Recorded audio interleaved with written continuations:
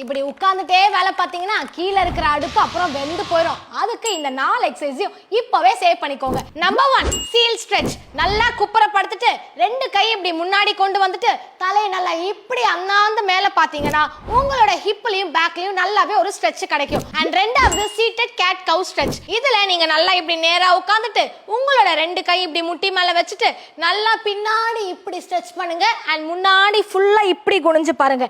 இதையே ஒரு 30 செகண்ட்ஸ்க்கு இந்த மாதிரி ரிப்பீட் பண்ணிட்டு வந்தீங்கன்னா ஸ்பைனுக்கு அருமையான மொபிலிட்டி கிடைக்கும். மூணாவது ஸ்டாண்டிங் சைல்டு போஸ் இல்லனா சிட்டிங் சைல்டு போஸ் கூட பண்ணலாம். நீங்க அதிகமா டைப் பண்ற பர்சனா இருந்தா இல்ல கைக்கு அதிகமா வேலை கொடுக்கிற பர்சனா இருந்தா உங்க கையை நல்லா இப்படி நேரா நீட்டிட்டு உங்களோட கழுத்தை ஃபுல்லாவே கீழே இப்படி குனிஞ்சு பாக்குறப்போ சூப்பரான ஸ்ட்ரெச் உங்களோட ஹோல் ஸ்பைனுக்கும் கிடைக்கும். எஸ்பெஷலி அப்பர் பேக் அண்ட் ஷோல்டருக்கு அருமையா ஸ்ட்ரெச் ஆகும். அண்ட் நாலாவது thoracic openers.